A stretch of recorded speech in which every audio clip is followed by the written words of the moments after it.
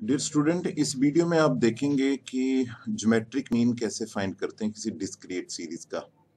तो ये जो प्रैक्टिकल या आप थ्योरेटिकल अंडरस्टैंड कर रहे हैं वो है कंप्यूटर ओरिएंटेड स्टैटिस्टिकल मेथड्स, जिसमें कि आप मैनुअली सॉल्व करते हो, फिर उसके बाद आप किसी एप्लीकेशन सॉफ्टवेयर या एक्सेल में उसको सॉल्व करते हो, फिर आप उसका प्रोग्रामिंग कोड अंडरस्टैंड करते हो।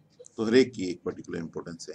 तो इस क्वेश्चन को देखते हैं क्या है कि this is a question where the data and the frequency is given, that is called a discrete series. So in this discrete series, how do we calculate the geometric mean? तो हम सबसे पहले log x फाइंड करते हैं और उसके बाद क्या है, हम फ्रीक्वेंसी के साथ मल्टीप्लाई करते हैं f log x, और उसके बाद ये फार्मूला लगता है geometric mean is equal to algorithm of summation f log x upon n, और एंटी लॉग फाइंड करते हैं उसके बाद, क्योंकि लॉग और एंटी लॉग क्या है, एक दूसरे के एंटी, उसको कैलकुलेट करने के लिए हम करते हैं। तो इसकी जो आंसर है 25.29। अब इसी चीज को जो मैनुअली हमने किया, लॉग टेबल देख के किया, एंटी लॉग टेबल देख के किया, अब इसी क्वेश्चन को आप एक्सेल में कैसे करते हैं उस चीज को आप अंडरस्टैंड करिए, कैसे हम एक्सेल में इस चीज को करते हैं। तो ये देखिए, ये मैंने डाटा लिखा है, ये फ्रीक्वेंसी लिखी है। लॉग एक्स के लिए सिंपल फार्मूला क्या है, log base with 10। Okay, so step by step इसको कर लिया है, इसको फिल हैंडल से ड्रैग करके सभी की वैल्यू आ गई है। अब हमने log x और फ्रीक्वेंसी को मल्टीप्लाई करना है, तो हमने इसको मल्टीप्लाई किया, तो मल्टीप्लाई के D3 और C3 दोनों जो आपके कॉलम एड्रेसेस सेल्स हैं उनको मल्टीप्लाई किया, अगेन फिल हैंडल किया, और हम इस तरीके से कर दिया। अब हमने इन सभी का टोटल करना है, तो इसको हमने सम E3 to 8 E8 कर लिया, यानी इन सभी का जोड़ कर लिया।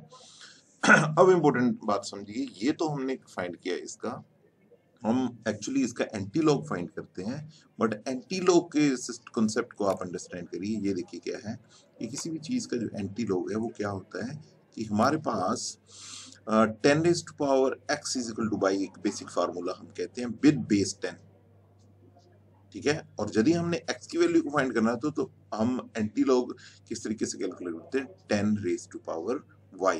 तो अब हमने x को कैलकुलेट करना है, तो इस क्वेश्चन में हमारे पास ये y है और 10 हमारा बेस है, तो हमने क्या फार्मूला लगाया, पावर का फंक्शन फार्मूला लगाया, पावर किसकी, 10 की पावर, और हमने क्या है फार्मूले के अकॉर्डिंग जो हमने टोटल निकाला था और डिवाइड किया हमने किससे की, टोटल फ्रीक्वेंसी कितनी है इसकी, 70 है।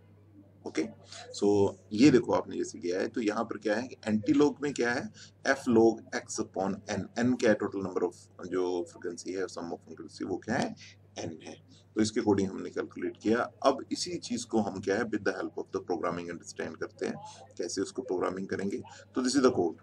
तो पहले मैं इसको रन करके बताता हूँ। सेम डाटा की इनपुट करते हैं, तो control F9, total number of elements यहाँ पे हमें क्या है, 6 है।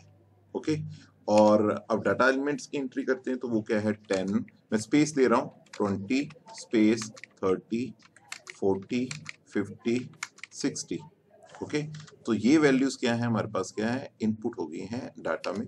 अब उसी की फ्रीक्वेंसी एंटर करनी है, तो वो 12 15 25 10 6 एंड 2, आप एंटर लगा के भी इसको कर सकते हैं, बट इसमें हमने ये किया। तो अब एंटर करते हैं, तो हमारा जो आंसर है that is 2529। So this is the answer 2529। अब अंडरस्टैंड करते हैं हम कोड को। ओके, सो कोड में देखिए क्या है कि हमने n एलिमेंट की इनपुट करनी है और डायनेमिकली मेमोरी एलोकेट करनी है, तो मैंने पॉइंटर ले लिए d डाटा के लिए, f किसके लिए, फ्रीक्वेंसी के लिए, i एक लूप के लिए, और कैपिटल N क्या है कि आपके पास टोटल नंबर ऑफ फ्रीक्वेंसी को फाइंड करने के लिए, और एक सम ऐड करना है जो मल्टीप्लिकेशन है उसका सम, जिसको समेशन f log x कहते हैं। समेशन, ये वाला समेशन f log x, इसके पॉइंट ऑफ व्यू से हम क्या है, एक वेरिएबल ले लिया है FLD, क्योंकि वो फ्लोट टाइप वैल्यूज आएंगी। तो वो ये एक मैसेज डिस्प्ले किया है जिसमें कि आप आएगा कि एलिमेंट्स कितने एंटर करने हैं, ये मैंने मेमोरी एलोकेट कर दी है, क्योंकि कीवर्ड से मुझे पता चला कि मुझे n एलिमेंट्स, यूनिक एलिमेंट्स की इनपुट करनी है, और उसके बाद डाटा में हमने d में डाटा की इनपुट कर देनी है और f में फ्रीक्वेंसी की। सो ये वाला कोड किसके लिए है, डाटा की इनपुट के लिए, ये वाला कोड क्या है, फ्रीक्वेंसी की इनपुट के लिए। अब यहाँ पे एक काम और किया है, मुझे टोटल भी चाहिए फ्रीक्वेंसी का, तो उसके लिए मैंने जैसे ही इनपुट किया है वैसे ही n में स्टोर करना शुरू कर दिया है। बड़ी सिंपल सी थिंग है कि हमने इसको स्टोर कर लिया है, उसके बाद क्या है, हमने किसको मल्टीप्लाई करना है, हमने मल्टीप्लाई करना है फ्रीक्वेंसी को और लॉग ऑफ एक्स को। तो लॉग ऑफ यानी कि डाटा को, तो हमने ये इसको यूज किया और ये किसमें स्टोर हो गया, एफएलडी में। सिंपल सी बात है। उसके बाद पावर फंक्शन लगाया, पावर फंक्शन में 10 raise to power FLD divided by N. तो एक्सेल में जो फंक्शन था POWER है, कंपाइलर में जो फंक्शन POW होता है। अब इस फंक्शन को यदि इंक्लूड करना है तो आपको एक हेडर फाइल भी इंक्लूड करनी पड़ेगी, कौन सी, math.h। और यदि आप मेमोरी एलोकेट कर रहे हो, डायनेमिकली मेमोरी एलोकेट कर रहे हो, तो उसके लिए आपको हेडर फाइलिंग यानी कि malloc फंक्शन यूज कर रहे हो तो stdlib आपको इंक्लूड करनी पड़ेगी। Okay, so this is the code related to the discrete series and how do we find the geometric mean of the discrete series. Thank you.